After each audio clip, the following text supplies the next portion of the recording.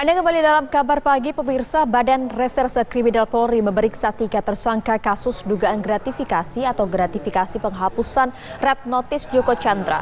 Ketiganya adalah pengusaha Tommy Sumardi, Brigjen Prasetyo Utomo, dan Irjen Napoleon Bonaparte.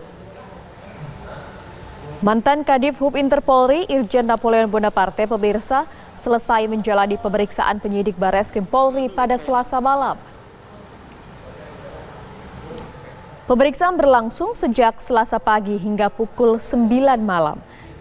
Ketiganya yaitu Tommy Sumardi, Irjen Napoleon Bonaparte, dan Brigjen Prasetyo Utomo dicecar puluhan pertanyaan oleh penyidik. Pemeriksaan kepada 3 orang tersangka tersebut dilakukan atas kasus dugaan gratifikasi penghapusan Red Notice terpidana Joko Chandra. Tommy Sumardi diduga menjadi penghubung dengan memberikan suap untuk menghapus nama Joko Chandra dari daftar Red Notice Interpol Indonesia. Dari hasil pemeriksaan, tersangka mengaku pernah menerima sejumlah uang.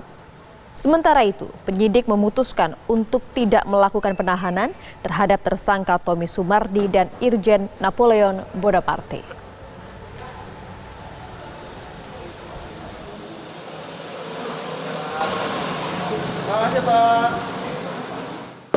Terkait dengan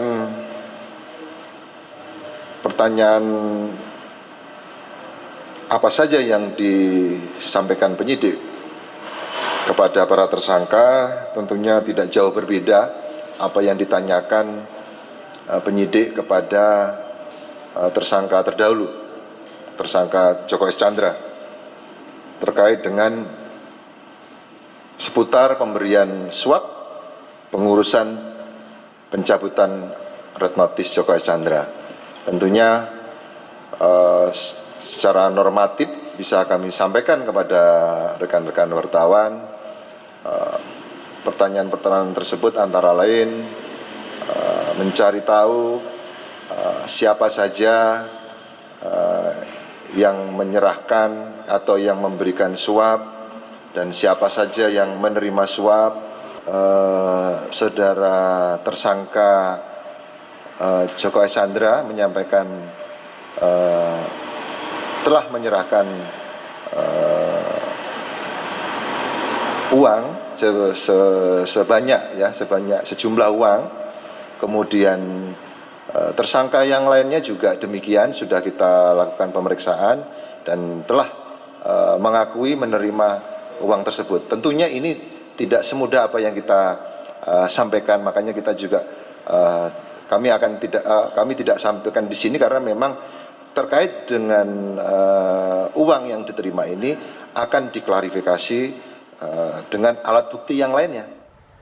Sementara itu, pemirsa, kuasa hukum Napoleon Bonaparte menegaskan saat menjabat sebagai Kepala Divisi Hubungan Internasional Polri, Irjen Napoleon Bonaparte tidak mempunyai wewenang untuk mencabut Red Notice. Sebetulnya berita itu sudah beberapa kali diberitakan resmi, tapi berita itu semakin ke sini berbeda dengan perkembangan yang ada.